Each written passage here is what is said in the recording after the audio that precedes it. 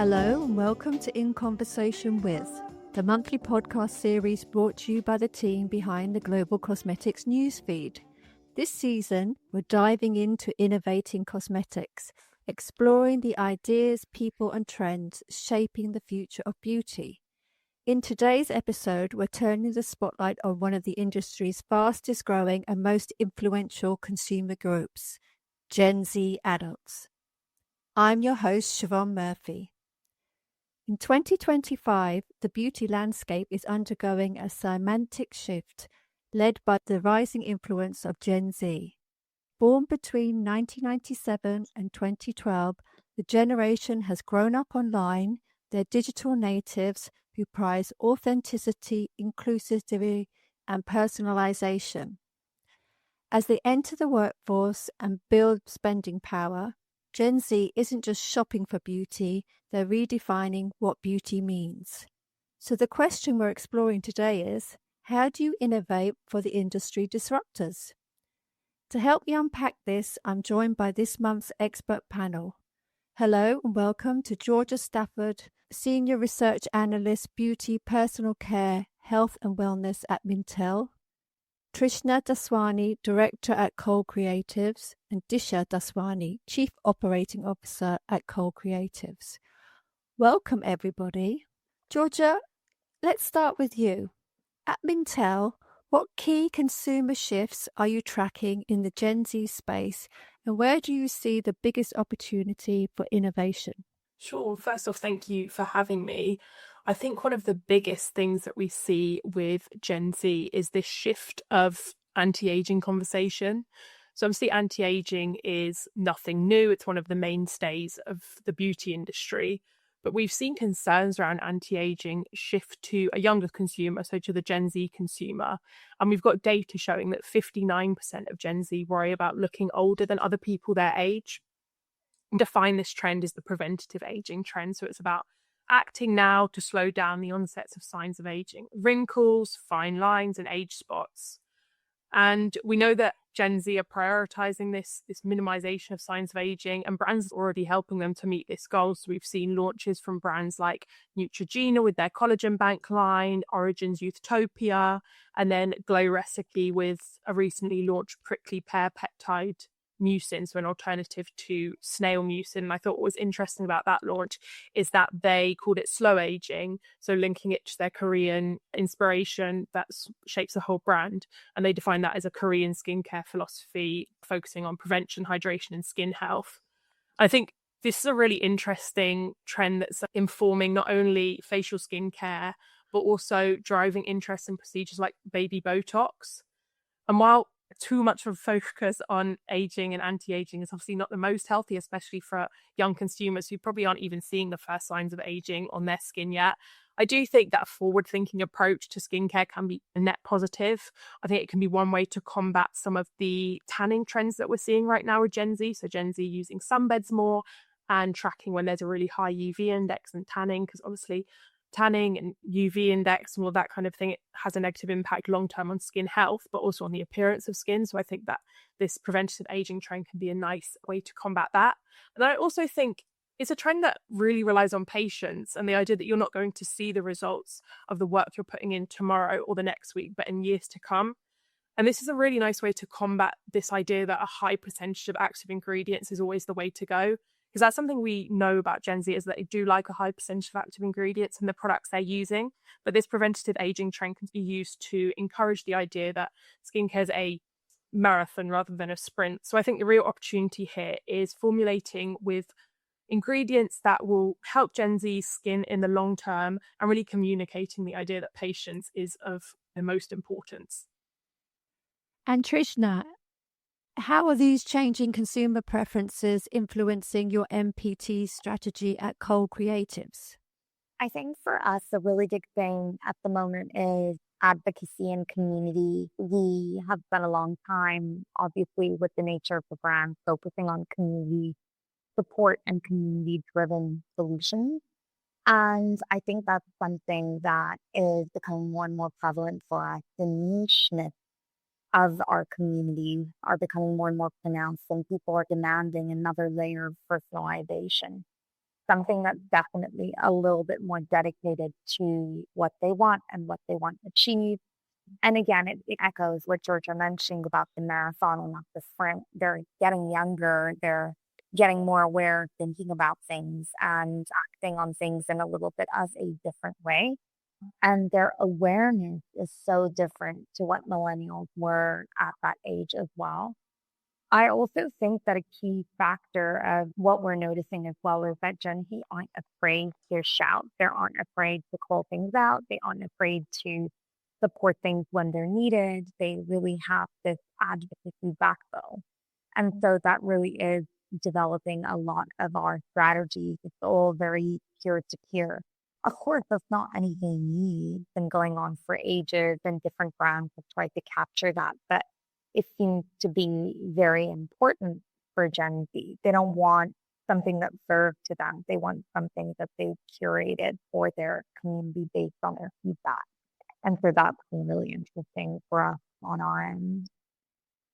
And Disha, how are these shifts shaping your communication strategies at Kohl Kreatives?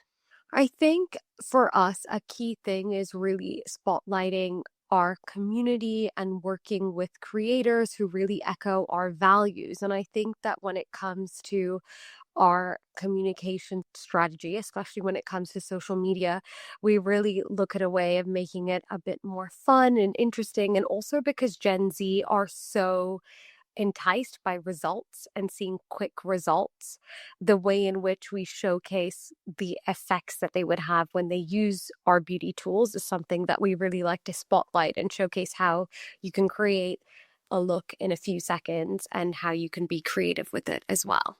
I was just going to say that these social activities are no longer happening in the public domain anymore.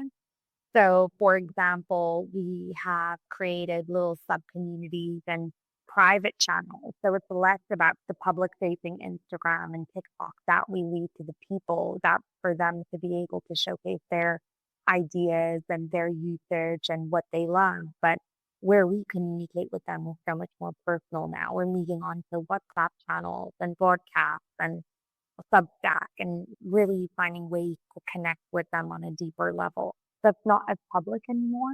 And I think that's a really big change too. And thinking about private space, Georgia, what tech-driven innovations are you seeing in this category and how are they shaping the future of product development? I think one of the really interesting sort of tech developments is all of the skincare devices that we're seeing launched recently. So ones from brands like Medicube that have got all sorts of different abilities, like EMS, microcurrent, all in one device, and then Sharp with their CryoGlow. I thought that was a really exciting launch. I think creating these devices that consumers can use at home, especially for Gen Z, this really does align with that preventative aging trend that we've seen going on. And Gen Z are a really receptive audience to these kind of devices, as we know that 62% of the generation trust skincare products that claim to offer comparable results to cosmetic procedures. So they're a really excited market about all these sort of new technologically advanced products. But I do think what's important here is that brands back up any claims that they make with science. Because Trish said, the Gen Z consumer is quite shrewd and they're willing to call out a brand that is not being open or is not being so honest. So backing up all these claims with science and with transparent science, I think is really important. I think the other sort of trend and technological trend that we're seeing impact the market is advances in femtech and the impact this has on conversations opening up around women's health. And although this conversation is primarily focused on perimenopause and menopause, I do think that young adults are starting to take more interest and learn more about their menstrual cycle and how this impacts their skin and their hair. So I think what we're going to see more and more of is skincare and hair care routines aligning with menstrual cycles and factoring in different needs of skin and hair throughout the month, which is a really exciting advancement and shows consumers wanting to empower themselves with knowledge about their own bodies. And Trishna, are there any specific technologies influencing your MPG at Kohl Kreatives? I feel like we do use a lot of AI, especially AI-driven kind of model making specifically. It's massively helped speed up the process when it comes to creating things because with our tools, everything's bespoke. what would take us with the designer months sometimes to develop, and sometimes are not necessarily feasible because of center of gravity or the way that you want something to stand or the way that you want it to bend in a certain way. As some physics, basic physics or applied physics is necessary.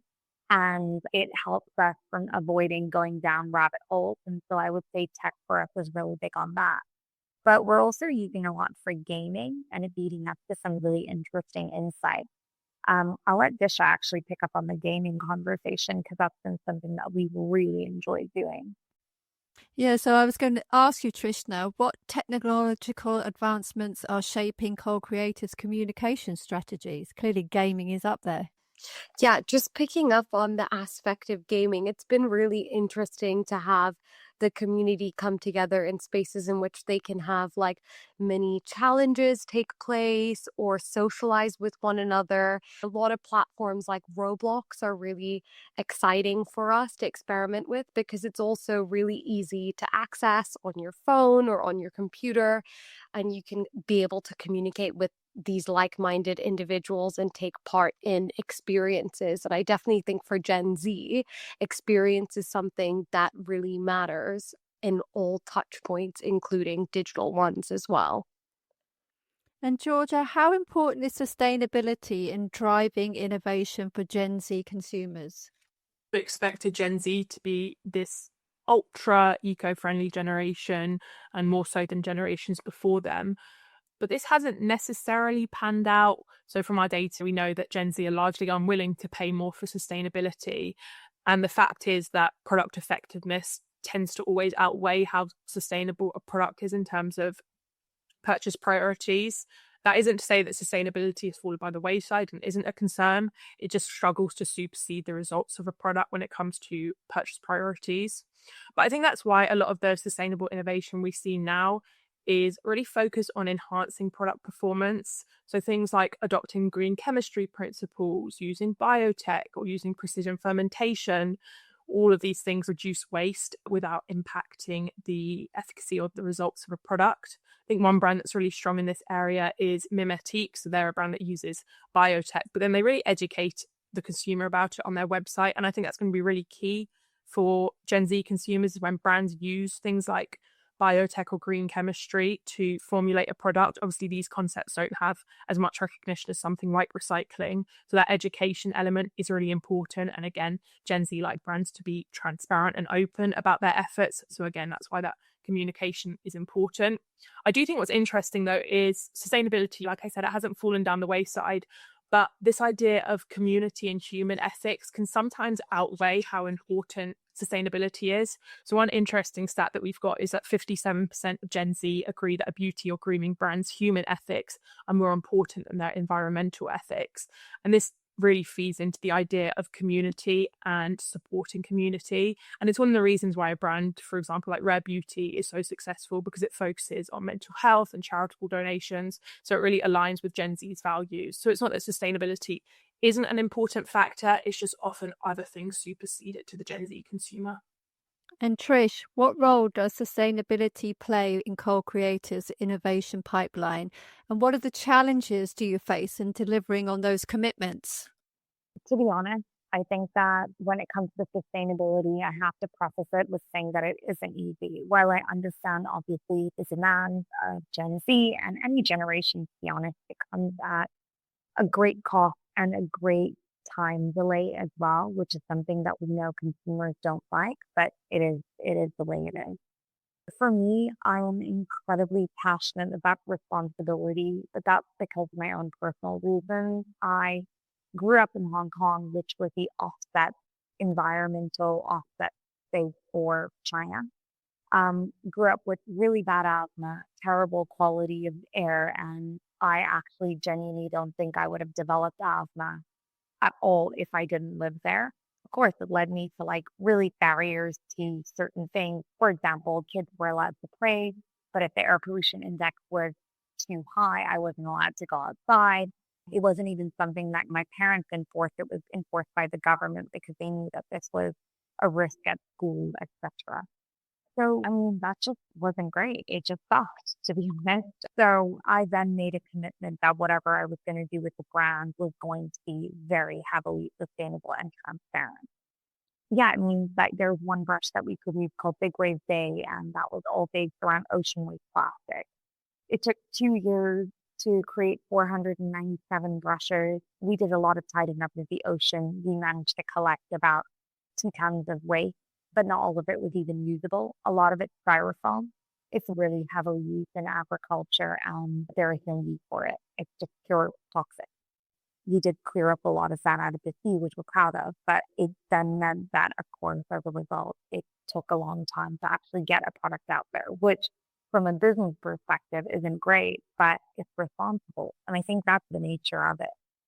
It's not what we like to hear from a business perspective, like I said, because it means that you can't churn out products as rapidly as you might want, but it's the truth. So yeah, for us, it's really core and central.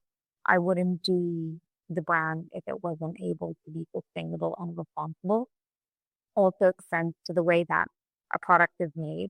You can't just focus on the material and then treat the people that make it really poorly, or have them working overtime. You can't ship it around in an unsustainable manner either, because it undoes what you've been doing. We look at all aspects of production, and the truth of the matter is that with Kohl Kreatives, if it were not responsible, we wouldn't do it. So going back to Georgia's point, Disha, how do you communicate that to your communities? We communicate this in a lot of different ways to our communities. Obviously, on the website, we have a space in which we talk about our circular economy that anyone can read about and learn about the different types of production processes that we use. We also do it through when we have workshops with certain individuals explaining how the tools can be used and how they were produced, so they have a better understanding of it, and on the private channels as well. So it's pretty much a big approach in terms of getting that messaging across on all ends for us. And Georgia, how are evolving regulations affecting product development for innovation for Gen Z consumers?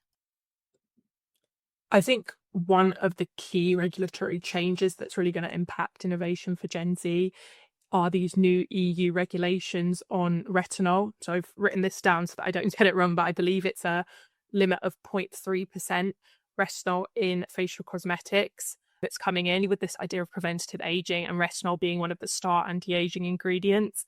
There's going to be a bit of trouble for brands. So we've already actually seen a increase in the amount of products being launched that contain bakuchiol, which is often dubbed as nature's retinol and a natural alternative to retinol. But I imagine we're going to see more and more brands releasing ingredients or releasing products containing ingredients that they claim has a retinol-like effect, or perhaps mixing retinol in a formula with another anti-aging ingredients. But like I've said with previously, I think there's a real opportunity here for science to be at the forefront of all of this, because one of the reasons retinol is so popular is because of the scientific backing it's got. So a replacement or an alternative to that really does need to have the scientific backing in order to win over a consumer. And we do note there's significant demand from UK Gen Z consumers for brands to back up the claims they make with scientific evidence. I think also what's going to be really important with any sort of retinol alternatives is that these products have been tested and work on all skin tones. Gen Z is a very diverse generation, and there's obviously the rightful expectation that brands respect and cater to this diversity. And we've seen some really great examples of brands do this. The standout one is La Roche-Posay with their Melasil ingredient, and really they shouted about the fact that it had been tested on a huge range of different skin tones, so it was suitable for a huge range of different skin tones. And any retinol alternatives, I imagine there'll be similar expectations from Gen Z consumers, and they will be willing to call out any brands who are, for example, launching products claiming that they work for all consumers, and then it turns out they don't. There won't be any hesitancy there to call out that brand on social media. And Trishna, how does Kohl Kreatives navigate changing safety and compliance standards? Well, I guess for us, it's a little bit easier because we do tools, so it's a little bit different. There is obviously more kind of responsible paperwork that we need to certifying materials and certifying that things are produced in a specific, authentic way. But because we do tools, we don't have to do too much regulatory changes. Most of it is regarding our quickie stickies, to be quite honest. And with regards to that, it's all about the ingredients in the glue. We don't use talc or anything because we don't do color. It's pretty straightforward in that respect. But it's nice that there are regulations for tools as well. I think it's important to have everything inspected and regulated in general. I think it's really important. I think we owe that to our customers. There've been so many horror stories over the last decade, especially now with TikTok Shop on the horizon. There's actually a lot of counterfeit product available for a cheaper price. And there's actually a lot of Gen Z customers that don't know what they're using and they actually can't tell the difference between what's real and what isn't. I've even fallen victim to this as well, shopping on TikTok Shop and purchasing something that's too good to be true. And I think that's something that we need to look into from an import-export perspective. And I think with the live shopping momentum that we have going, it's really important. I think that's somewhere where I think retailers need to crack down a little bit more. Because anybody can sell anything these days, and that's the reality. Yeah, that's interesting, the live shopping. So how do you communicate, Disha, to your consumers about safety and compliance standards? How do you get that out there to your communities? I actually think Trishna is best suited to answer this question, so I will hand that over to her. Okay. So when it comes to obviously communicating quality and compliance, we, like I said, have a lot of dedicated spaces on the website. But for us, a lot of our information regarding compliance is already on the website. I actually try not to put this stuff on social media all the time because I actually think that there's a lot of excess information. Consumers are starting to also find things annoying.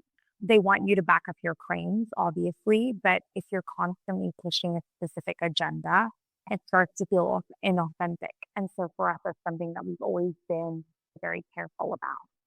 Yeah, complete shift in the way you're doing your marketing. So interesting. So let's end on an inspiring note. Georgia, which recent innovations for Gen Z consumers excite you the most and why? I think that all of the brands leaning into this trinket trend and this charm trend are really fun. I think it gives consumers a chance to be playful with their beauty routines, even if they're not particularly like the most creative in terms of, for example, like makeup application. Maybe that's not why they want to be creative, but these beauty accessories and charms give them an opportunity to inject a bit of playfulness into their routines. So I know that we've seen Space NK, for example, recently collaborate with Jellycat, and they launched a Space NK bag plush toy to celebrating the opening of the retailer's new store on Oxford Street. And then we've also seen brands like The Beauty Crop and even Dior offer charms and accessories for products like lip balms and hand creams. I think it makes real sense as well that there's a lot of uncertainty and instability in Gen Z's lives, and these charms and these trinkets are an opportunity to connect with childhood and have fun in beauty. And I think going forward, how this trend will progress, I think it'd be really nice to see brands collaborate with small artists, for example, who are selling things like bag charms on Etsy or on Instagram, because that will spotlight some small creators and create this sort of sense of brand community, as well as a bit of a point of differentiation as more and more brands launch charms to align with the trend. I also think there'll be opportunities to launch with more eco-friendly ingredients, because obviously one of the fears of this trend is that these products will end up in landfill. So creating more eco-friendly alternatives will be an interesting avenue that I think some brands will probably go down. And thinking about playfulness, Disha, what innovations in products for young consumers do you find exciting at the moment? I actually find things that offer quick results really exciting. So I would actually say our quickie stickies are definitely really fun to play They're with. very cool. They're very cool. I definitely think like the expression that you get with it in terms of the type of look you want to create with yourself is super fun and exciting. But if I were to look outside the brand, there are also a lot of brands that I saw a recent startup, and they actually created these UV stickers, and it's like it changes color to tell you when to reapply sunscreen, which was quite interesting. So something outside the brand too. Lovely. And Trishna, is there a breakthrough or a trend that's exciting you at the moment? I love two, to be honest. One's beauty related and the other is fragrance. For me, fragrance being so important to the community is so great. I specifically love the brands that have started to expand fragrance beyond people. So they're doing it at the same sense, but it's like for bedding and it's for laundry and it's for your home and it's for your pet. And it's like expanding on the concept of the signature movement of you having a signature fragrance that kind of encompasses not just you personally, but your life. I like that fragrance is becoming more holistic and it's going into beyond skin and going into not just home, but also laundry and pet bundles as well. So that for me is definitely a favorite. And the other is look maxing, which is all about men and them actually using makeup to enhance their aesthetic and beauty. So for me, those are the two that I'm most excited about. A huge thank you to Georgia, Trishna, and Disha for joining me today, and thank you to our listeners for tuning in to In Conversation With. We'll be back next month with more highlights as we continue our Innovating Cosmetics series. Until then, take care and stay inspired.